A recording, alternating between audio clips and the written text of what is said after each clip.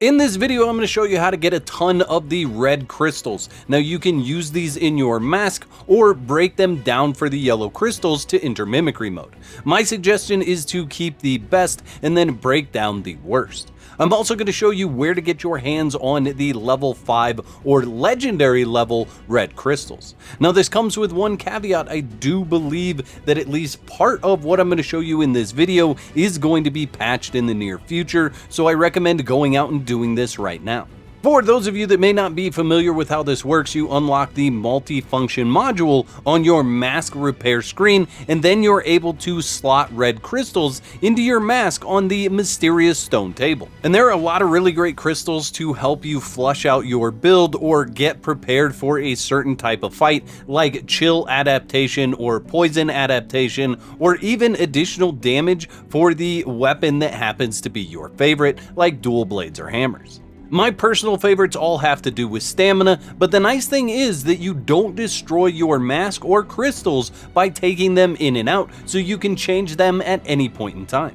Now there are 3 procedurally generated dungeons that are on the map. This is where we're going to go in order to do this. The first is the small dungeon, which requires you to be an awareness strength level of 40, bring 3 green crystals with you and a yellow crystal, and have at least 300 mask energy in order to open the portal. Then we have the medium dungeon, which requires you to be awareness strength level of 50, bring 4 green crystals with you, 1 dungeon key, 2 yellow crystals, and at least 600 mask energy in order to open the portal. And then we have the big dungeon, which requires you to be level 60, bring 5 green crystals with you, 1 dungeon key, 3 yellow crystals, 1 purple crystal, and 1200 mask energy. Now, as long as you've done any of the mechanical dungeons on the map, you should have come across some of these red crystals already, and you can break those down for yellow crystals, and that'll get your foot in the door of the small dungeon. And once you complete the small dungeon, you're going to get a drop at the end of a bunch of other yellow crystals. So that's how you're going to come across the yellow crystals to get you started in this process. I recommend bringing a team in here with you if you can, because there's a lot to carry out of here, and it just makes these dungeons go a lot faster and a lot smoother. However, you can solo these dungeons. Just make sure that you bring corrosion tanks with you, no less than 50 corrosion tanks, and I'd actually recommend somewhere around 100 depending on the size of the dungeon that you're going into. If you want to get into the medium or the large dungeons, you need to visit one of the barbarian fortresses to get the dungeon key. At the end of any of these barbarian fortresses, you're going to find a pyramid in the back section here. It's a small pyramid, it's just got a single boss inside, and once you defeat that boss, you can go into the room behind him, open the special relic chest, and loot the dungeon keys from that chest. Finding the purple crystals is a little bit more involved. You actually have to find the ancient underground ruins. There's one here, and then there's an additional one right here. Each one of these locations has an area above ground and an area underground, so you're going to have to look around the area to find your way down. Now be very careful when you are traversing your way down, as you can fall easily and take a bunch of fall damage. But you need to go down in these holes in order to go through a maze and fight your way through a bunch of bats in order to get the purple crystals. In the final room, once you get down here, you will have to fight an elite bat. Now be very careful when fighting the bats. Not only will they give you a bunch of bleed, but they can also give you disease. So it's very important that you keep the healing Tinsane on you for these fights. Now, if you didn't come prepared with healing Tinsane, don't worry, there's some in the chest along with the purple crystals. You can see we have the special healing Tinsane right there. Now that you know where to get the resources to get into all levels of these dungeons, it's time to explain how you're going to go about getting the massive amounts of red crystals. You can do this in any level of dungeon. And there's no point in me showing you the entire dungeon. What you need to know is there are 2 bosses that you need to defeat. You need to defeat the mini boss, which is the one that has the laser beams, and grab the key that's behind him.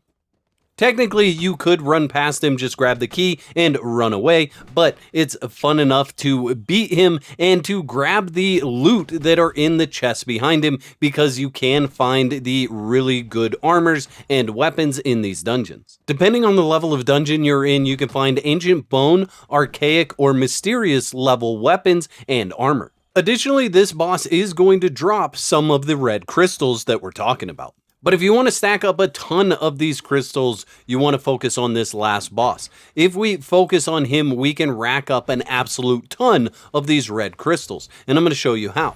When you are in this fight at some point in time, the arms that are floating above his body are going to detach from him. Once the arms detach, you're going to want to throw a corrosion tank on them so that you could do the most amount of damage to them. They do not get corroded when you throw the corrosion tank on the boss, so you need to throw an extra corrosion tank on each one of those arms. And personally, I find the best way to defeat them is to jump attack after hitting them with a corrosion tank. Then you want to run out of the room and allow this boss to reset. It needs to fall back down on the ground into pieces before you go back into the room.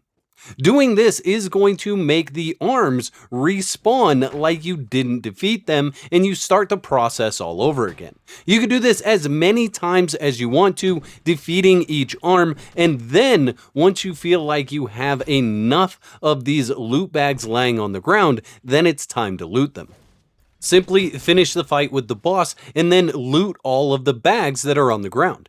Each one of them is going to have some of these red crystals in them. On top of that, there's also the boss package that's going to drop with red crystals as well. Now do keep in mind that each one of these dungeons has a timer. If the timer reaches 0, it is going to kick you out of the dungeon. But like I said, there'll be a package for each one of the arms, and each one of those packages are going to have the red crystals in them. And the higher level the dungeon you go into, the higher level of green crystals you're going to come across. Now, the highest level of red crystal that I've gotten from the arms is the epic version. That's the one with the gold background. However, if you want the legendary, you're going to want to go to the large dungeon, defeat the final boss in there, and you will get the legendary red crystals. The only other place that I've seen the legendary red crystals drop is from the core boss that is actually the final boss in the game, and it is found in the Holy Ruins in the snow biome. I'd like to thank all my YouTube members for your continued support. Y'all are absolute legends.